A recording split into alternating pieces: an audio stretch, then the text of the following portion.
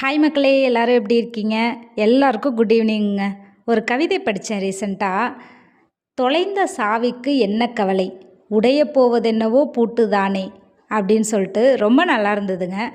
அது உண்மைதான். பட் ஆனால் உடஞ்ச உடனே இறந்து போகிற அந்த பூட்டுக்கு எப்படிங்க தெரியும்?